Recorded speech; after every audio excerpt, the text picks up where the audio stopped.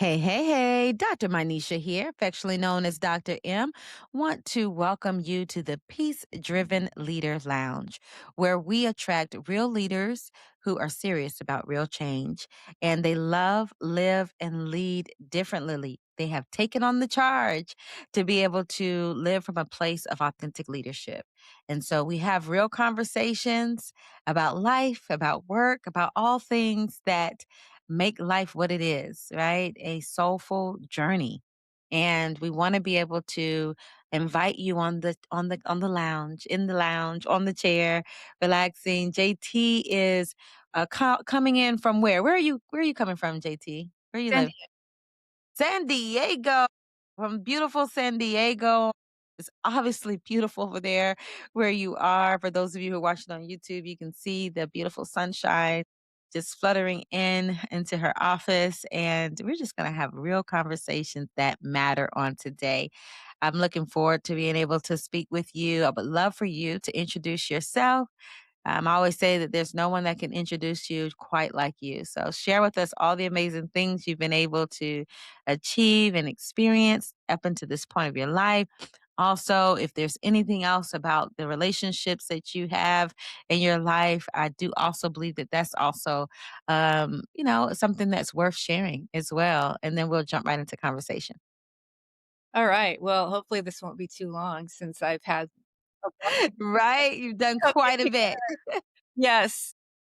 So I'm JT Clough, and I am a lifelong learner. I am a lifelong entrepreneur, if you might. I've been doing this. So I've done lots of different things, and I always end up doing what I love. Lots of background in different things I've done. Outside of that, I am a 9-time Ironman finisher. And yeah. My daughter would be impressed right now. Also yeah, that journey taught me a lot. I did my first one at 34 years old, and I found out I didn't know how to swim there. I literally dog paddled, I thought I was gonna drown, and I got just taken with the sport, and I ended up just getting a coach and going for it and doing Ironman, and then my goal was to get to the world championship, so I did that twice. What? Yes. You better go, girl. That's impressive. Yeah. But what's Wow. cool about it is I take that journey and put it into so much of what I do now because Uh, passion, but you have to have the mental capacity. There's physical, there's showing up, there's commitment, mhm, there mhm.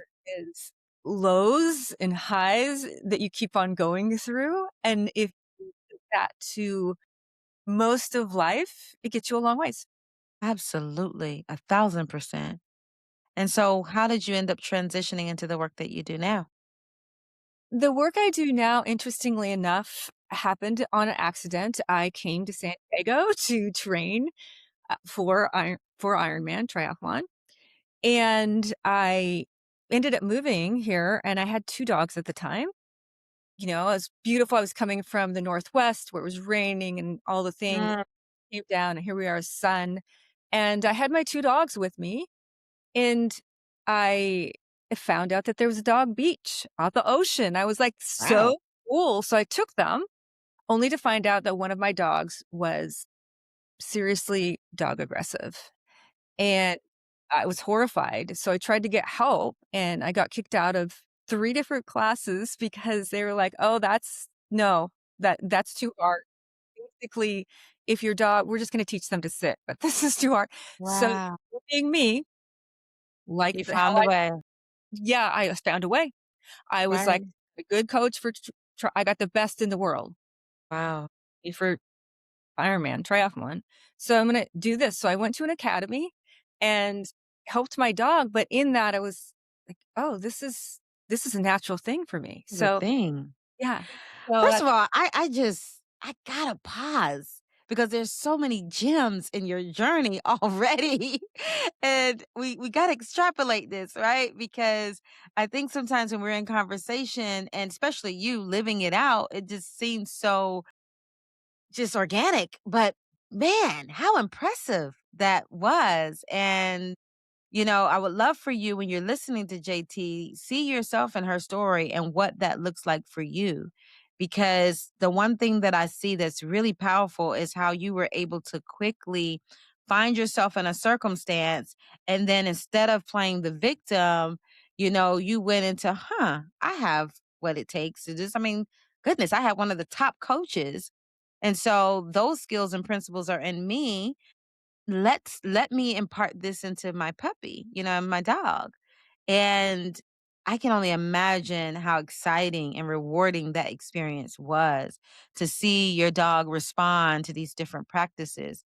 um, I just think it's super powerful that you were able to test it and then like stumble across the work that you do. Isn't that odd how life just feels like your life's work is like not intentional, like we trip over it into it, I love how that happens. And but yet our schedules are so rigid and so imagine what life would look like if we just allow more flexibility and more unexpected invitations and lean more into those things that's not so planned, because I'm hearing that so much that people's whole life purpose is found in just, let me try, or let me lean in, let me see, some type of conflict that caused them to rise above it.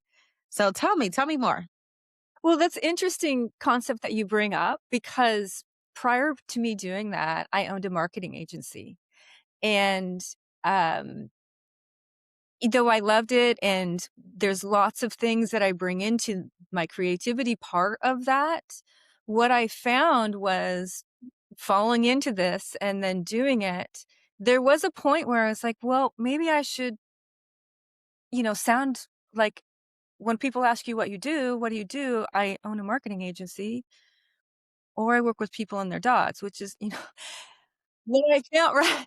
And what I found was I really did really well with in the dog world to start with, but the connection to it, the life work to it that I fell into was a whole different thing because I will tell you with conviction that I never, ever, ever had anybody in the marketing world tell me, "Thank you so much. You got this done, and like, this was you changed my life. Yeah. You changed my life. You changed my family's life. You changed my dog's life." That is why I ended up there. Mm, Stayed doing marketing. Marketing is always a thing. It's grown. It's like all of yeah. I still stay in it. I still study it. I still love it. I use it in other areas. I use it more creatively, but I fell into a life work that has evolved along the way as I've Yeah. with And you people. still have to do marketing to some degree if you're an entrepreneur or your business, there's always going to be that level of marketing. You can't ever escape it. But I believe that when you are good at what you do, then you need to market. You market less because the word is spreading. People are seeing your value and your impact. You just display it, and it kind of does its own thing. But I love that so much. Now, so you were a marketer, and then are you a dog trainer now, or has your work evolved since then? Tell me Yeah. more about that. And, uh, you could s I don't describe myself as a dog trainer anymore Mm, because I but it's difficult to explain what I actually like, to put a label to it, let's just say. It's yeah, to explain what I do, it's difficult to put a label to it because yeah. I found as, my work evolved over the last 20 plus years is that while obedience and getting your dog to sit and stay and doing those kinds of rigid behaviors is important, and I don't discount that you have to have some of those boundaries in place at all. If you let them just go wild, you're it's chaotic, so that's not Right, work. But there is a side to it that has really come out, and what it came out accidentally, of course. When I right. started working with people, what would I do is I would show up, I would, be there for an assessment, and I would be at their dog, and the person would be telling me all the things that was wrong with the dog, and I would Mhm. talking about the person and just kind of nailing who they were or what they were struggling with, and they were like, how did you know that?" Oh, wow. "Well, I really just looked at your dog because your Oh dog's my god. dog knows everything." Dogs don't have filters. They are not they don't enable Yeah. not to just be real. Wow. So they're telling me all about the behavior in the person that Wow. really is something that they're holding beneath. They're holding Yeah. Yeah, because we're trained to mask, because, people are gonna judge us because I don't wanna know that. Maybe subconsciously, they're not even aware. And so it's like you got the cheat code by being able to observe their dog. So how did that conversation go? Just being able to, like, reveal themselves to themselves. And I think it's cool that it's to their dog because, just being a parent, I'm not a dog mom, but being a parent, it's like you're seeing things in your child. We know that, but for some reason it doesn't cross over that the same thing can happen with your puppy. Is it with cats as well or just dogs? well, I can't really speak to cats because I haven't been around them a lot. I Mm, cats and I had that kind of connection there. Cats are different than dogs. mhm. They can be, Yes. Aquarian, aloof. Yes. So I probably parallel is in my where I like Zone of extraordinary. Yes, that you know. Yes. So yeah. what think about one of the stories that came up for you that you as long over 20 years of work, that you will never forget that was so fascinating even for you to see the parallel between the pet and the parent, the dog parent. The dog parent. Oh, so many stories. Let's see. Well, I'm gonna pull one out that, really centers around fears, and the reason I'm gonna talk about this one is because I think that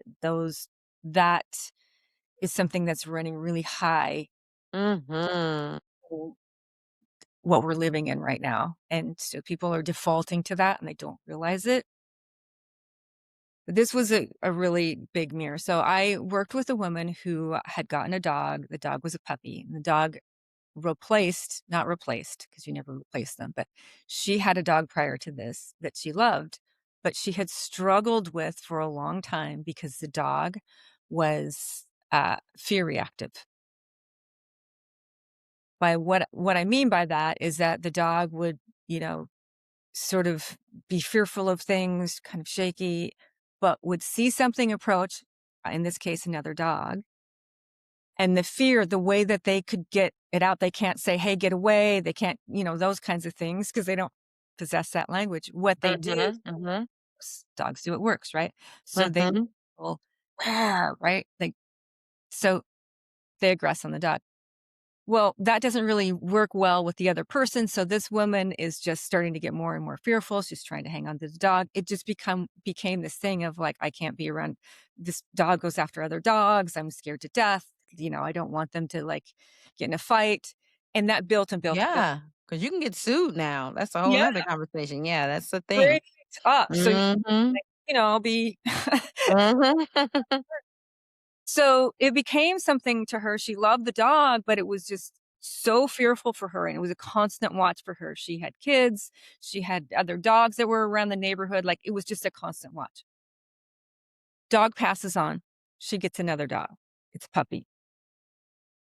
She's referred to me because she's already like, "Oh, I'm afraid this dog's gonna turn out this way," and I've got people in my network that know, and it was a pet So would sitter. that be equivalent to having, like, that, terrible teen that's just around here being resistant and doing whatever, and a parent reaches out for help like, "Hey." Yeah, So, yes, yeah, and you like have that, to come in and be the yeah. Well, yes, that as well as I think probably in parenting, you see something in one kid and then another one comes along, you're like, "Oh, no, we're not gonna be that way." So you start doing things different with that kid because 'cause you're like, "Whoa, Yeah, we're yeah. not gonna be like this one. This is not no, okay? We're not gonna go down that road again." So Exactly. that's what she did with this dog in a way. Started right away of like, "Oh, I think it's going after dogs." It was only trying to play. It was Mm, and so I'd be like, mm, "No, it's not." The dog was a stronger dog, was starting to grow up, and here's where this was just such a reflection, and I'd worked with her and her husband, and that's why this story is so interesting because I got the real story out, and sometimes I would. So, she's fearful the dog's gonna go after other dogs. So they're out walking one day, and I'd worked with her. I knew the dog was not that way. The dog was like a little rambunctious, wanted to play, could like, do this woo thing right when he saw another dog. No, I'm gonna go take you down. So her and her husband are out walking. They've got the dog, and um, she calls me up afterwards, just frightened, scared to death, injured, the whole 9 yards. Because what she told me was, we were walking our dog. We're gonna call him George. We're walking George, and a dog was coming down the road the other way, and he lunged at him so hard that he pulled me down, and I hit my mm, now this woman was probably 60s, early 60s. mm. A good thing. I am too, but, here's another story. Um, and I was like, "Oh, well, this is horrible. What happened?" "Well, he was going for the other dog." And I was like, was he trying to No, he wanted to take the dog down, and I just hung on. So instead of letting go of the dog, she hung on and the dog dra I talked to the husband, and this just so I go to, like, see what happened and deal with thing, and I talked to him. She's not in the room. And I said, "What so tell me your version of the story." Mm, He says, "Well, we were walking down the road, with George, and Um, there was a dog that was way, way, way down the road, like, way down the road. George had not seen the dog at all, so this wasn't about the dog. I tried to tell her that. But what happened was a bike went by, um, like one of those bigger bikes with, like, mhm, ears and all the things, and George thought it was something to, like, chase, and so he started to go for the bike, right. and she was holding on and didn't let go, and he was just big and rambunctious and was chasing the bike. There was Mm. nothing now, Nothing granted, to do with the other dog. nothing to do with the other dog. Mm. She had in her head that this That's dog neuroassociation mm, that was keeping her but where was it keeping her? It was keeping her in fear, fear. keeping her having this dog that she loved and wanted to be able to, like, trust, but she couldn't trust the dog because she was so fearful that the dog was gonna be aggressive to other dogs, and the dog was not aggressive to other dogs at all, but in her head, it was. Mm. And it turns out that as I, work with her, I realize she is that way about a lot of things. She sits in fear and makes these stories up and then is not able to be her, not able to do the things that she wants to do, keeps herself in this box because she's afraid that something is gonna happen that's not even there. Wow. That made me think about too. I mean, it's so parallel to parenting when you're talking about it like that because I think about things that happen traumatic for us, even for me as a child, and then you have a hard no for your kids. You don't even give them an opportunity to explore. You don't want to put them in any environment that even looks similar. Nope, you're not doing that. Nope, no birthday parties, no sleepovers, no none of that. You're not. And even when it was something good for them, and honestly, my children found God at a camp that for 2 years I was like a hard no. And, I remember like yesterday, my daughter was like, "Mom, what's the point of praying and covering us and keeping us and teaching us, these safety and protection and how to advocate for yourself if you never give us a shot?" And that was my mirror and of fear. And sometimes as parents, we do that. We tend to, and like you said, the dog was just, being a dog, and wanting to experience the joys of being a dog. And same thing with our kids. They just want to experience the joys of being a kid. And what I feel like it does is when you walk into fear, it robs you or silences or taints your gift of discernment, because it's a difference when you have discernment. You like your no is coming from a place of wisdom versus your no coming from a place of fear. And I think that was a really good story. So the husband was able to really bring clarity to you right away to say, yeah, no, that's not what that was. Mhm. Um, and that's pretty tough. What's interesting is that she doesn't recall the bike. All she What? all that she Oh my there goodness. was a dog that was coming down the street, and her dog Wow. That reminds me of what you focus on, the power. Literally, it can create. Oh, that was the key of the whole story right there. There was no bike. the right? There was What? well, there was a bike, but in her head, There was she no bike, never right. saw a Yeah, bike. she never saw the bike. The fear had took over. That is powerful. And I'm gonna ask you all that are listening to our conversation as we join in the conversation together. My question to you is, what are you afraid of? What is coming up for you? Because a lot of times when we are stepping into fear, we're unaware of it. Just like the woman that she shared was unaware, you know? She was unaware of the bike. She was so focused on the fear, she didn't even see it. What is in your blind spot? These type of questions, when you ask, your soul will answer and it'll move you into a level of growth leadership that you've never thought possible. And this is really powerful work. I absolutely love this so much. The work that you're doing, with dogs. I will ask, and this is totally random, but do you ever find yourself getting like attached to other people's puppies? Like, oh my gosh, I really like her or I really like him. Do you have like favorites? I love this question, especially right now.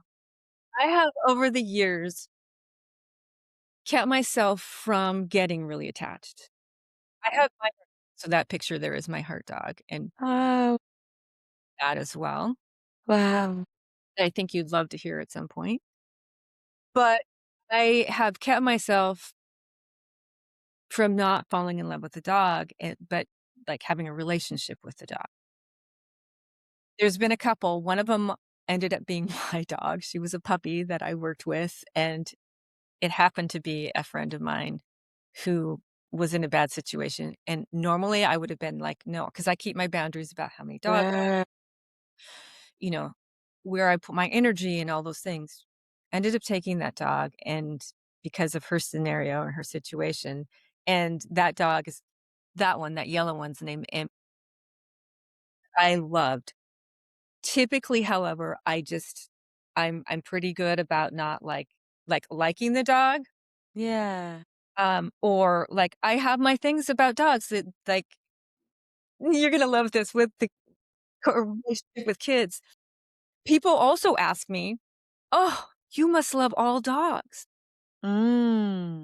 It's not the case. Well, what am I gonna especially you have 6 children and your kids have friends and all of that kind of thing, right? That's a good way to put it. You like all Yeah. you like the kids, right? But do you Yeah. really like all of them? Do you really be like, "Yeah, invite them over." There's some of them you're like, "Can we I wish they would find me I just went through this last week. really like Absolutely. that much." Like, "Sorry, I just don't." Okay, so I have that with dogs. I feel, but that's so a safe and sacred place, you all. But to end this or to wrap this up, I don't work with a lot of dogs personally anymore, like one-on-one, they come and stay with me, that kind of thing. I work more in the realm of helping Their women owner. and yeah, Mhm. the work between them and the dog, and I have unique skill of working with frequency and spirituality and those Awesome. things, and adding the what to do versus the person, the medium who only works in the realm of spirituality or frequency work or that kind of thing without Mhm. so I have that unique thing, but I Mhm. love to put my hands at things, and I had some people referral from somebody that I'd worked with years ago, "You've got to, like, please, you know, take our puppy." So I have this puppy here right now that Oh, I I love her. where is she? We wanna see her. I am 100% serious, I wanna keep her. Where is she? She's so Come here, little girl. Hold on. I'm gonna take these off 1 second. Yeah, yeah. Is Would I'll love get to her in the see her. frame. He's so also, my dog here's where my dog sits. My goodness, that's a big dog. He sits behind me. He's a Weimaraner. Aw. Sits when I work, when I, like, do all this stuff, but hang on, let me just get Wow. That is just so interesting. I think for me, as she's going to get her cute, puppy, this is just bringing so much insight, and y'all definitely check out the Peace Driven Leader Insight episode where I reflect on these conversations. Oh my goodness. And extract the Peace Driven Leader principles out of this. Right now, JT is holding a absolutely gorgeous.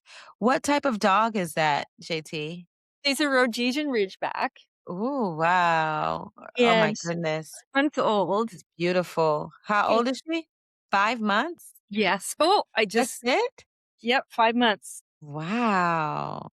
Hold on, my So let me ask you, when it comes to just their personalities and stuff, have you noticed like what qualities or personalities in the dog that you favor? What is it that you like about them? You like for them to have some sense of independence, you like for them to be playful, like what is it that you find for yourself that brings your nervous system, gives your nervous system the fuzzies? yeah, great question. And she has these. She is sweet and kind and wants to be by you, but she also has her independence, and she Okay. can stand on her own, and she doesn't let things bother her. There's a lot of problems these days with dogs who, like, they get they get put off by everything. A dog, like, barks, they just get Mm, she stands strong. She doesn't like mm, bother her. She just needs to be shown what to do, but she's got personality, like, literally when I walk her out on the trail, mhm. it's like, "Oh, because She's not scary. she shows up and she's wiggle waggle and she's just like, "Hey," but she's not, "I'm gonna jump on you," and part of that's my work with her, but, uh, Mhm. she just has this you just look at her. People say it to me all the time. You just look at her and go, "Oh, she is really sweet, Mm. not overly clingy and not Mhm. things." Yeah, I'm thinking about my mom. I have a dog sister, and it's been she's a doodle. Yeah, she's a doodle, but Bailey, and she is very playful and all over. And my daughter loves dogs, so she talks about the breed and all of that. And they love stimulation. They have to go out on different walks. And so what she helped me to realize is that before you get a dog, so if you're listening to this episode and you're like, huh, you know how people get baby fever and they get doggy fever and things like that. Mhm, She was like, mhm. I really think that grandma probably should have like done an assessment or thought about the best dog for her personality because she just requires a lot, and a lot of mental stimulation and a lot. So you want to make sure that when you're selecting a dog for your home, that it's some their personality. Like do research and find out what their personality is like, because I'm finding that with the breed they have these kind of overarching tendencies, and you want to make sure it aligns with your life. So we're talking about alignment here. Right. So, unlike kids where you don't get to choose, here you can. That's one of the perks. So choose wisely. Because if you do choose a dog that's high maintenance as far as like needing to have the walks, need the mental stimulation, then it's going to create more stress, for you. But if you know you're working all the time, don't get a dog that requires that. It's not fair to the dog. Get a dog that matches your temperament. I wish there was some kind of assessment that had like a dog temperament to help match people, 'cause a lot of times, and be honest, I mean, and before my daughter taught me this, I would just choose them based on how cute they looked. Well, 100%, and I will tell you the doodle thing, which I've been around before the doodle thing was a thing, and then I watched the It's a doodle trend. a real Yeah, like thing, yeah, and it's gotten a bigger thing, and part yeah. of it is people will get them, uh, older people, younger people, a lot of older people will get them because they're hyperallergenic, and they're like, "Oh, they're not gonna have the hair and things like that." Well, first of all, Mm, fallacy, just FYI, mm, but they have the way that they have been bred, I have seen so many of them who they are high energy. They have a Mhm. constitution that's a little bit, like, almost on the nervous edge of energy. Yeah, Little frayed. seriously. They're a little frayed, Yeah, right? They yeah, also need that energy. They need to run. They need to, like, really get some high. yeah, it's a lot, it's intense, it's overstimulating for me Mhm. sometimes, you Yeah. know? So Yeah. it's not good. It's not a good match, but hyperallergenic, there's supposed to be, I this wish thing. that I wish that there was more, like, regulation around choosing your puppy. 'Cause Yeah, it's or just not fair for the like, it's just ignorance. If you don't know, you don't know, but then the dog ends up suffering in the end. I mean, the leader too, but, more so the dog because, they're in an environment where they don't thrive.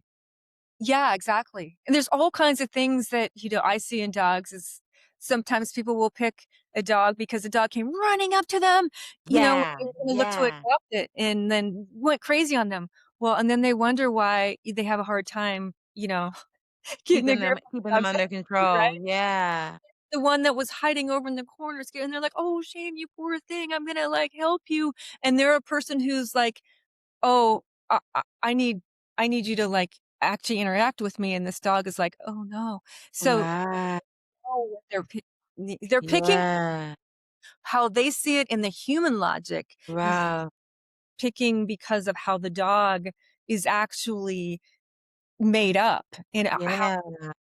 and then coming around to understanding now you can work with those personalities, and here's another thing that I'm gonna drop in there, though, is that when you become aware of it or you get to the point that you need help, typically, I see a lot of times they ended up getting the dog because they needed to have that work for themselves.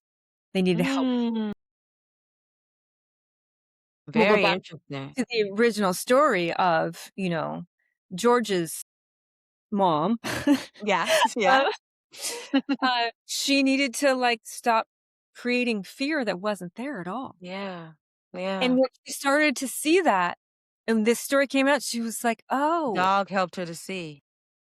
Wow. fear around things that aren't even there." Wow.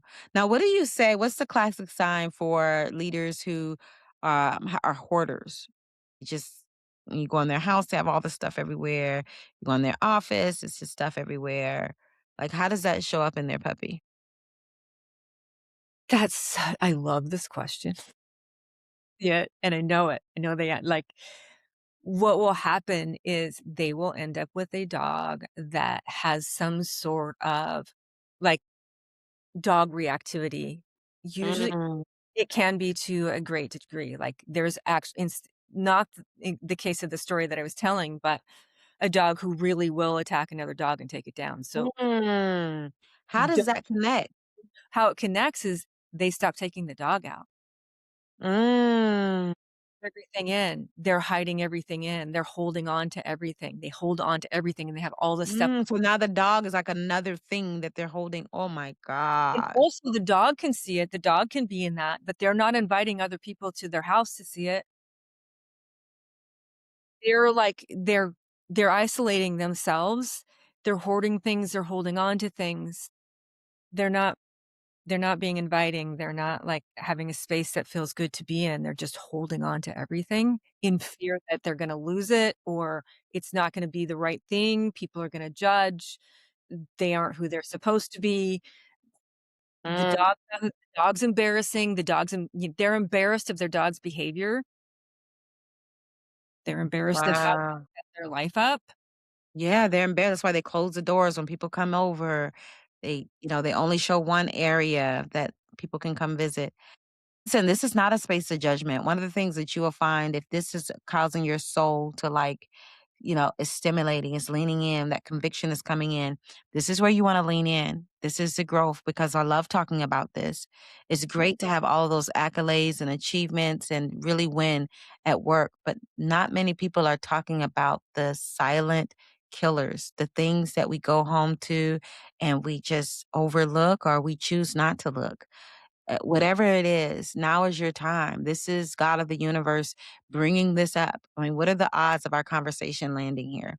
This was for you for a time such as now. Because when you get rid of that stuff and you let go and you release, JT, tell us what happens when you do that. What are the positive benefits of transitioning and stepping out of fear? Because maybe people hoard out of fear. Yeah, they hoard out of fear as well. It just brings up they hoard it like, they're fearful of losing things, and that could be with the dog as well, so if I hold on to the dog and keep them safe, then nothing's gonna happen to the dog. Like, Mm, whole thought process, but it's the subconscious thing. mhm. I just lost my turn. What did you just ask me? Because it was such I have a profound answer for it. I was saying as far as like, what are some things that move people from, that place? I think it's really, oftentimes I see when they start seeing that literally they have a loop going on in their head that they've had going on for so long, and when they start to break that loop watch the puppy. When they start to let that loop go or see the loop happening, then can just do one little thing, even if it's just a thought where they let themselves down a little bit, Mhm.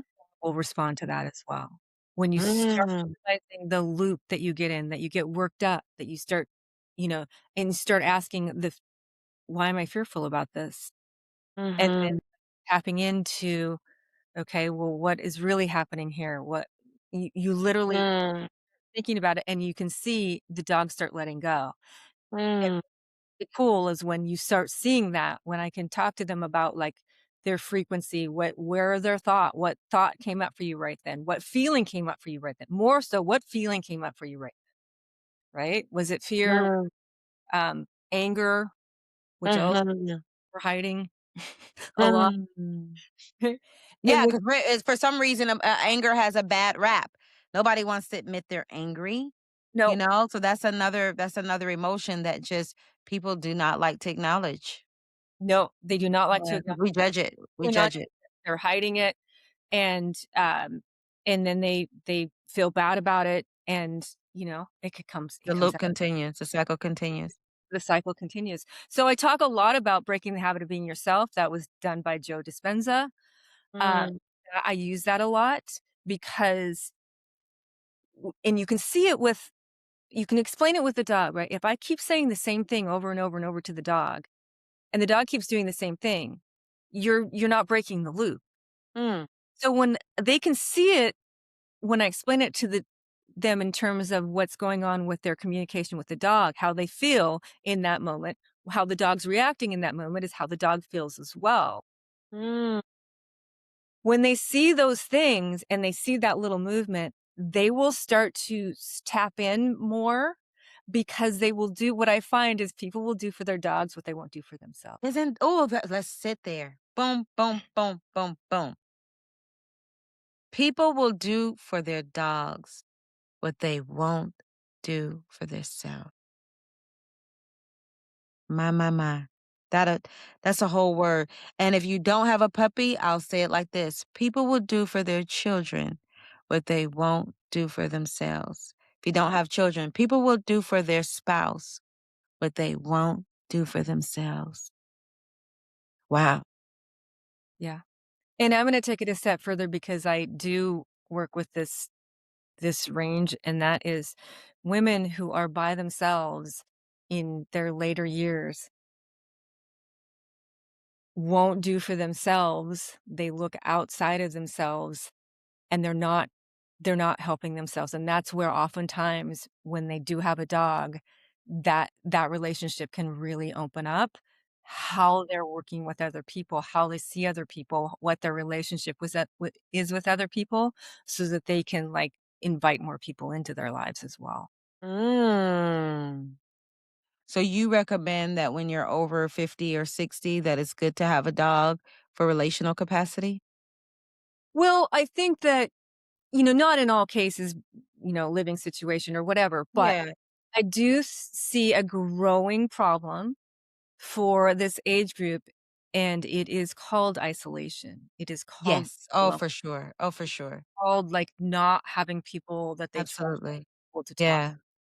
Yeah. They're in this little space by themselves, Yes. feeling alone, like, Yes. really alone. Yes. And so, a dog can really change that for you because it can be, to a certain degree, an unconditional love situation, Wow. show you a lot of things about how you actually want to love and how you want to be loved. Wow. So I'm gonna land the plane in the conversation with a very vulnerable moment for me. And I'm gonna ask you a question that I hope will be a shared question for many people that are listening. And it's really the one main reason why I haven't gotten a dog and why I feel, I'm just gonna say it, fear around having a dog is especially witnessing my sister pass away at 27, the pain of grief. I I don't know, to let a puppy in your heart like that, you know, like a child almost. I couldn't imagine losing a child. I couldn't imagine losing a puppy. That pain is so loud for me that it just doesn't even allow me to even invite that type of unconditional love in that way in my life. And so, what would you say? Because you said something earlier that really resonated when you said the difference between being in relationship, but like having that boundary to where you don't, cross over. Like, I don't even know what that looks like because I love hard, you know? Um, so what would you say for a person who feels like me? I I've heard this before actually as well. Mm, Um, what I would say to that is this. One of the things we do know about dogs is we don't have an expectation that they're going to live, till they're 90. We have an expectation that they've got this amount of time in our life. And so I think knowing that you can look at it and be like, I'm going to cherish these moments and learn how to cherish the moments because they're here right now and be very present with that. It's a presence. mm, But here's where, and I think I was really called to do a lot of things over this dog who was um, mhm. For heart dog. mm, and I think this will sum up exactly the feeling that you're having and why you could get over that feeling. Mm, I told this dog every day of her life, and it was her and I for a long time when Amy was with her. I would tell her every day, "I love you more than anything in the world." mm, That every day. "I love you more than anything in the world." Meant it. And so when I lost her, she was 14 and a half years old. mm, The night that I knew I was gonna have to let her go the next morning because she had gotten these seizures and it was a tumor and things like that. And she lived a great life up until then. And the night that that went on, that I knew I was gonna have to let her go the next day, hmm, a message. And here was the message. In the middle of the night, after she had had a seizure, she sat up, she looked at me, she put her head on my shoulder, she looked at me again, and a message was downloaded to me. And that message was this: "You told me every day of my life you love me more than anything in the world. And you did all of these things for me and made space for me and cared for me. And you put yourself mm, aside a lot. mm, This was going on. A lot of things were going on in your life during that time as well. And I have to go now, but I'm going to be here for you. I will be watching over you. I'll be one of your spirits. I'll be one of your spirit guides. But you need to now love yourself more than anything more mm. In the world. like you did me." Wow. In your question, I think that dogs are put in our life we will have those cherished moments when they move along. We will have those cherished moments that were lessons Mm, that made a difference. They made a difference in our families' lives, our friends' lives. I have friends that are very attached to my dog way. So, yes, I think that, I see how difficult it is. It was very difficult for me to lose her. I've lost some others now. My current dog's 9, so, I know that's Yeah. but I think that if you look at what they give you and that they're here for a reason, it's all Mm. and also have the lesson of how do you let go when somebody does go on. Yeah. Wow. What came up for me is like my husband is 30 years my senior, and I never connected that. And that is like, that's how I do it. I cherish every moment, and he's healthy, and because life doesn't work like that. Like I said, my sister was 27 when she transitioned. Who would have thought that my Mhm, husband would have outlived her? mhm. So life is just not linear. And so I love that. I feel like our relationship is so rich because we are in the moment with one another. And so arguments don't linger. I don't even remember having an argument with him. Like we don't even we don't even entertain those kind of things. We talk through things for this reason. So I can see that happening with the puppy, like making that. And I feel like God of the universe is creating more opportunities for me to be. I feel like this is very timely for me as well. On Valentine's Day, you all are listening to this shortly after Valentine's Day. My daughter sent me this random video on TikTok with her in the library. Never happens. I don't know if they were adopting these puppies, but they had like 10 adorable puppies of all different shades.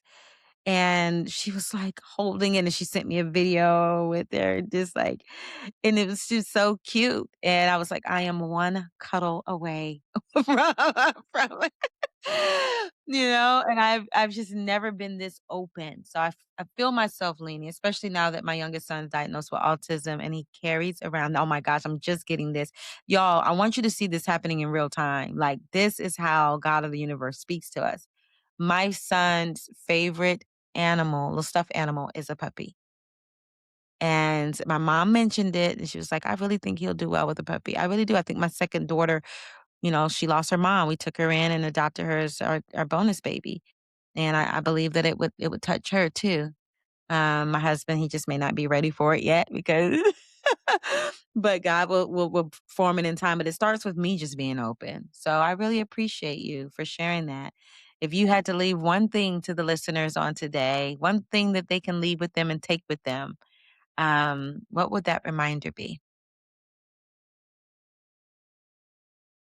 The reminder would be to be present and to really remove your filters from yourself like your dog would. Your dog does not have a filter. So, there's a reason they don't have a filter in that they are very honest. They're not lying to themselves about who they are or what they wanna be or anything like that. So, be present and remove your filter and love yourself for that. Love yourself more than anything in the world. You heard it here first from JT in the lounge. Thank you so much for your wisdom, your insight, your love, legacy level insight, you all. We had so much depth to this conversation. And I thank you so much for your work and keep shining, keep doing what you're doing. For those of you who are listening, remember, it's not about how much you carry, it's how well you carry it.